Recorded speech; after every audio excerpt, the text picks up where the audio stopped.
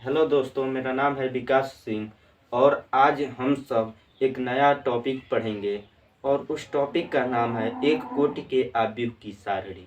और हम लोगों ने पिछले लेक्चर में सारणिक और सारणिक के बारे में डिटेल में पढ़े हैं और ये चैप्टर नंबर 4 है। तो सारणिक में देखिए क्या क्या पढ़े हैं। सारणिक में कल पढ़े थे कि सारणिक का मान कैसे निकालते हैं और सारणिक होता है क्या और सारणिक को किन किन चिन्हों से प्रदर्शित करते हैं। तो सारणिक होता है क्या, एक बार मैं फिर बता दे रहा हूँ आप लोगों को। तो सारणिक का मान तभी संभव है, यानी सारणिक का मान तभी हम लोग निकालेंगे जब वह वर्ग आव्यूह में होगा, जब वह समान कोटि का है, यानी पंक्ति और स्तंभों की संख्या समान है तभी वह वर्ग आव्यूह में होगा। और जब वर्ग आव्यूह में हो गया तो वह सारणी का मान निकल गया। तो आज हम पढ़ेंगे नया टॉपिक, तो एक कोटि के आव्यूह की सारणी। तो आप लोगों ने आव्यूह में यानी चैप्टर नंबर 3 में एक कोटि के आव्यूह पढ़े होंगे, तो उसी से रिलेटेड ये भी है, ज़्यादा कोई अंतर नहीं है। बस यहाँ पे हम लोग आव्यूह में हम लोग कर देते थे आयतकार में और यहाँ पे कर देंगे मॉड में, तो यही अंतर है बस। तो देखिए क्या है। तो एक कोटि का आव्यूह ये होता था ए बराबर आव्यूह में ए, और सारणिक में क्या होगा, मॉड में ए बराबर ए हो जाएगा। यही बस अंतर है, बस यही है, ज़्यादा कुछ अंतर नहीं है। इसीलिए मैं आप लोगों से बोल रहा हूँ कि आप लोग पहले आव्यूह को पढ़ लीजिए, फिर सारणी को पढ़िए, तभी आप लोगों को अच्छी तरह से समझ में आ जाएगा। और कहीं से आप लोगों को परेशानी हो रही है तो आप लोग कमेंट में करके बता सकते हैं कि मुझे यहाँ पे प्रॉब्लम हो रही है, तो आपकी प्रॉब्लम को दूर किया जाएगा। तो देखिए क्या टॉपिक है। अब इस टॉपिक पे हम लोग चलेंगे।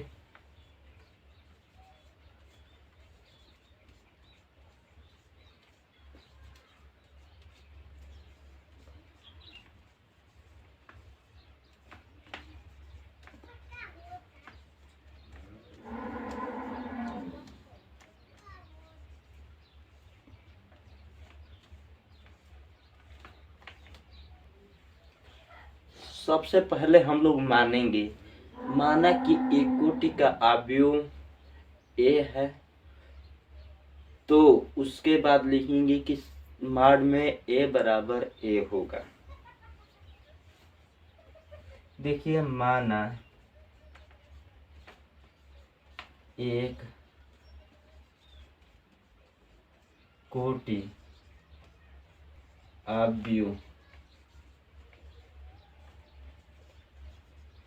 ए बराबर ए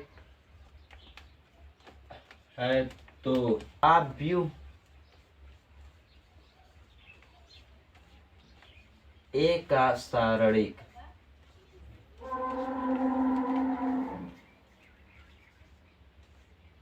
सारणिक मॉड में ए बराबर ए होगा। बस इसमें यही है। अब आप लोग को मैं बता दिया था कि मॉड में ए बराबर ए आव्यूह में ए बराबर ए है, तो मॉड में ए बराबर भी ए होगा। क्यों होगा? क्योंकि यह एक कोटि का आव्यूह है। अब हम लोग चलेंगे दो कोटि के आव्यूह।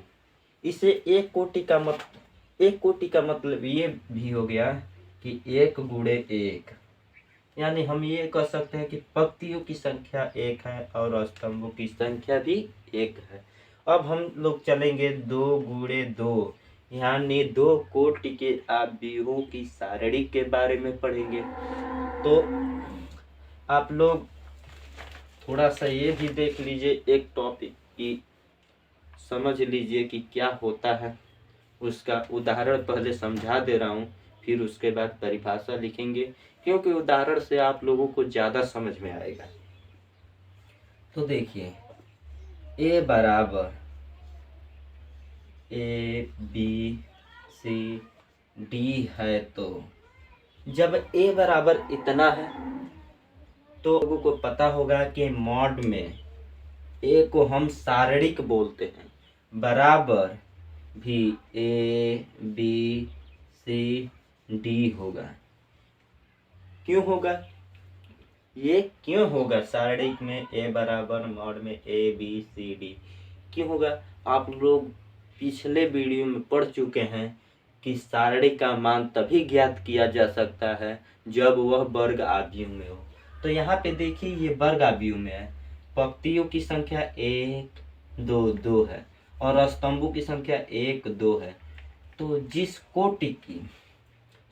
जिस आव्यूह की कोटि समान हो या पंक्ति और स्तंभों की संख्या समान हो तो वह वर्ग आव्यूह होता है। तो यहाँ पे भी देख लीजिए, यही है, इसीलिए यहाँ पे ऐसे लिखा जा चुका है।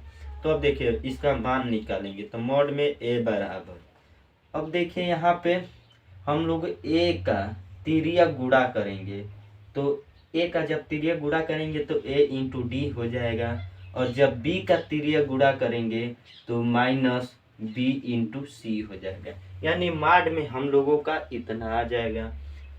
तो आप लोग बस ये कीजिए, तो यहाँ पे जो 1 है उससे 2 बना दे रहा हूँ,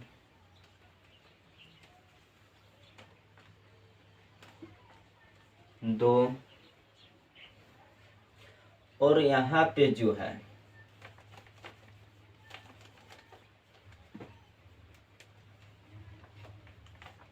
ए बी सी डी डी, बस ये हो जा रहा है, और यहाँ पे भी ए बी सी डी होगा। बस यही है अंतर। यहाँ पे एक कोटि में 1 था, 1 गुणे 1 के रूप में, यहाँ पे 2 है तो 2 गुणे 2 के रूप में, यानी पंक्तियों की संख्या 2 और स्तंभों की संख्या भी 2 होनी चाहिए। अब नोट डाउन आप लोग कर लीजिए, परिभाषा आप लोगों को बता दिया जा चुका है, अभी बताया हूँ और उदाहरण भी दे के समझा दिया हूँ। अब हम लोग चलेंगे 3 गुणे 3 के रूप में, यानी 3 कोटि के आव्यूहों की सारणी के बारे में पढ़ेंगे। आव्यूह में, सॉरी मॉड में नहीं, आव्यूह में। तो देखिए 1 2 3 फिर 4 5 6 7 8 9, आप कुछ भी ले सकते हैं अपने मन से, लेकिन क्या लेंगे? जब लेंगे तब 3 गुणे 3 यानी 3 पंक्ति और 3 स्तंभों के रूप में होनी चाहिए।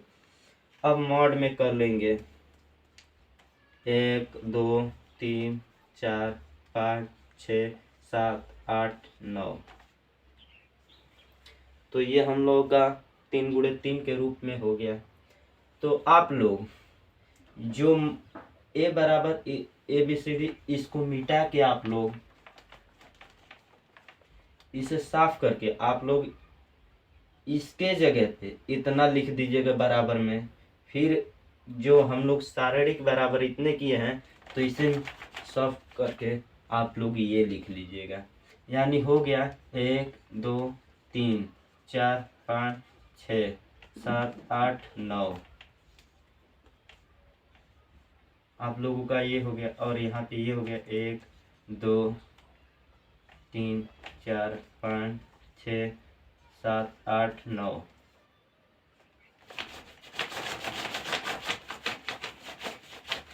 और यहाँ पे कर दीजिए 3, यानी हम लोगों का ये अब 3 गुणे 3 यानी 3 कोटि के आव्यूहों के सारणिक भी पढ़ लिए। तो आप लोगों को इस चैप्टर में बस इतना ही तक 3 कोटि के आव्यूहों के सारणी तक ही पढ़ना है, इसके आगे नहीं पढ़ना है। तो अब हम कुछ एग्जाम्पल लेके आप लोगों को अच्छी तरह से समझाऊंगा, और आप लोगों को कहीं भी परेशानी होगी तो आप मुझे बता सकते हैं। देखिए अब इसको सॉल्व करेंगे, तो कैसे सॉल्व करते हैं? तो हम लोग जानते हैं कि सारणी को डेल्टा से प्रदर्शित करते हैं, तो डेल्टा बराबर, अब देखिए इसका तिर्यक हम लोग गुणा करेंगे, तो 2 का 2 में गुणा करेंगे तो 2 गुणे 2। अब देखिए माइनस रहता है, पहले से ही माइनस लगा देंगे।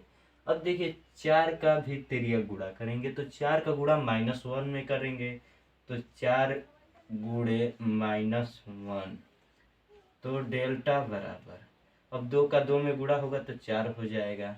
अब देखिए यहाँ पे भी माइनस है और यहाँ पे भी माइनस है, तो हम लोग कोष्टक को तोड़ने के लिए हम माइनस का माइनस में मल्टीप्लाई कराएंगे। तो देखिए माइनस का जब माइनस में मल्टीप्लाई हो जाएगा तो प्लस होगा, और 4 का 1 में गुणा होगा तो 4 हो जाएगा, तो डेल्टा बराबर 8 हो जाएगा। तो आप लोगों का जो आंसर आया यही आंसर है। अब देखिए चलते हैं क्वेश्चन नंबर 2 पे। तो ये आपका 2 कोटि के अवयवों की सारणी का भी एग्जाम्पल है। देखिए क्वेश्चन नंबर 2 है, उदाहरण नंबर 2 है।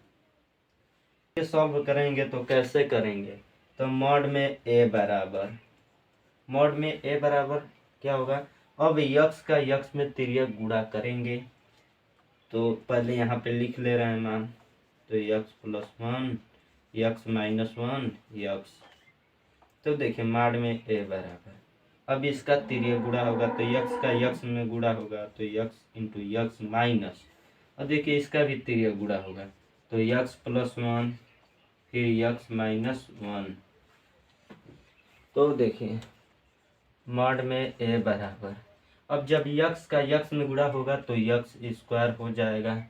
अब देखिए यक्स प्लस 1 से यक्स माइनस 1 में गुणा करेंगे तो क्या होगा, अब आप एक फार्मूला पढ़ेंगे, ए स्क्वायर माइनस बी स्क्वायर बराबर ए प्लस बी कोष्टक में एक कोष्टक में ए माइनस बी, तो इसी फार्मूला का हम लोग यूज करेंगे।